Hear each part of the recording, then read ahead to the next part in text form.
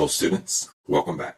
Today we'll continue our discussion on the internal anatomy of the heart. Hopefully this will be our last lecture in this series. We will start off this lecture with what I think is the most difficult concept, and that is the membranes associated with the heart. There's a membrane which covers the heart itself, and a membrane which holds the heart in place. Let's begin. Let's zoom in on this area here. The membrane shown here is the membrane that is associated with the heart itself. This membrane actually touches the heart. This membrane is really just one of the layers of the major membrane. Let's show another component of that major membrane. As you can see here, we start out with a double-layered membrane. This membrane splits to make two layers. The layer associated with the heart itself is shown here as brown, and the layer which separates from the brown layer, shown here in blue. When these membranes separate, they create a cavity inside, and this cavity holds fluid. The purpose of this fluid is to make sure that the heart is beating in a frictionless environment, or almost frictionless environment. This blue outer layer is not the only layer on the outside. It is really a sublayer of two outer layers. So let's show that second outer layer. And shown here is that second outer layer. This second outer layer has fibers in it. These fibers connect with the great vessel and a large muscle under the heart to keep the heart in place.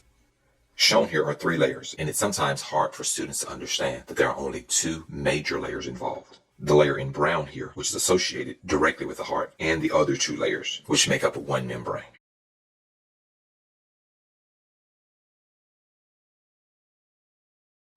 I'm indicating here the number of sublayers associated with this outer layer. There's only one layer which touches the heart, shown here, and there are two sublayers that split away, creating this cavity, shown here. The second layer has many fibers in it, which gives it strength.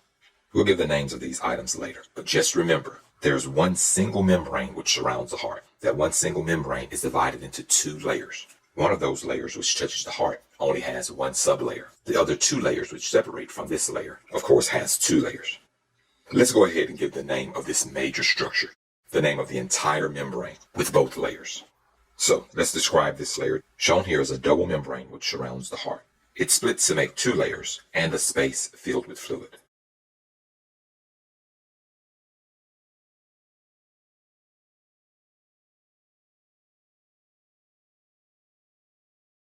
Shown here is our initial double membrane. As we can see here, this membrane splits to make two layers. The outer layer is further divided into two sublayers, the one on the inside which holds the liquid in, and the one on the outside which gives strength to the structure. The name of this membrane is the pericardium.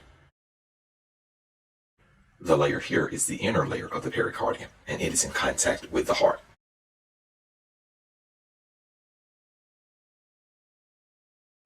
The alternate name for this layer is the epicardium.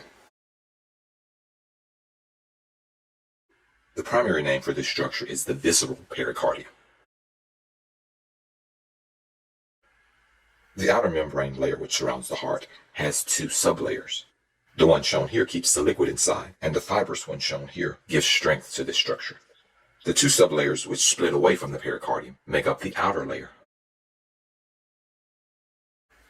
This outer layer has two sublayers. The name of this outer layer is the parietal pericardium.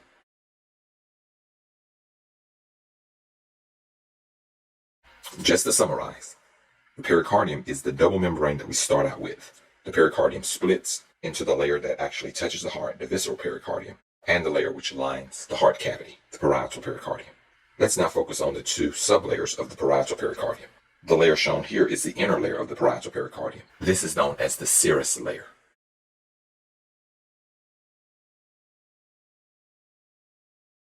The outer layer of the parietal pericardium is known as the fibrous layer. The parietal pericardium has two layers. The inner layer is the serous layer, and the outer layer is the fibrous layer. The structure here shown as purple is an endothelium membrane which lines all of the heart chambers and the blood vessels.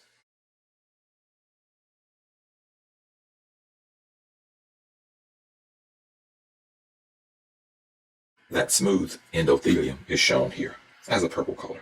This structure is known as the endocardium. So this endothelium lines the blood vessels and the heart, and this allows the blood to flow smoothly. The fibrous layer shown here not only connects the heart to the great vessels, but it also connects the heart to the diaphragm. The diaphragm is the muscle that contracts to help us to breathe. And shown here is a portion of the diaphragm. Let's next show how the fibrous layer interacts with the diaphragm. And so it's this fibrous layer which holds the heart in place by attaching itself to the diaphragm and to the great vessels. Shown here is the diaphragm and the fibrous layer which interacts with the diaphragm to hold the heart in place. When the two layers of the pericardium split, a space is formed between them, and that space is shown here. This space is known as the pericardial space. Within this space is a fluid which lubricates the membrane and allows the heart to beat with very little friction.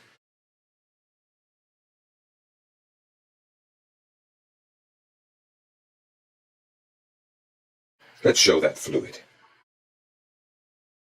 The fluid is shown here as a green color. This fluid is known as the pericardial fluid. This pericardial fluid is responsible for keeping the membranes moist and the heart beating with very little friction. The yellow substance here on the outside of the heart is fat. And this is all we'll say about the membranes. There are a few other structures we'll need to identify. Within the atria, there are internal ridges of the myocardium.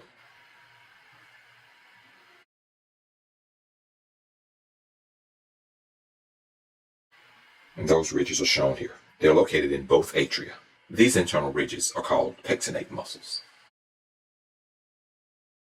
We also have internal ridges of ventricular myocardium. Shown here are the internal ridges of the ventricular myocardium.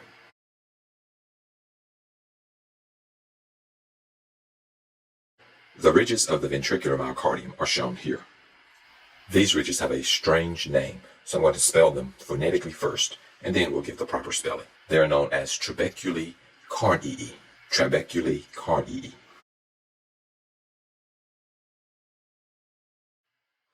Trabeculae carnii. Trabeculae carnii. Now let's give the proper spelling. And the proper spelling is trabeculae carnii.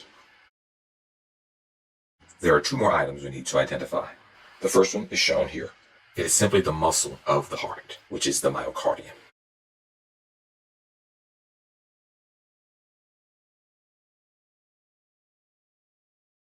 The muscle of the heart is the myocardium. The last structure that we will identify will be this structure here. This is a wall which separates the two ventricles. This structure is known as the interventricular septum.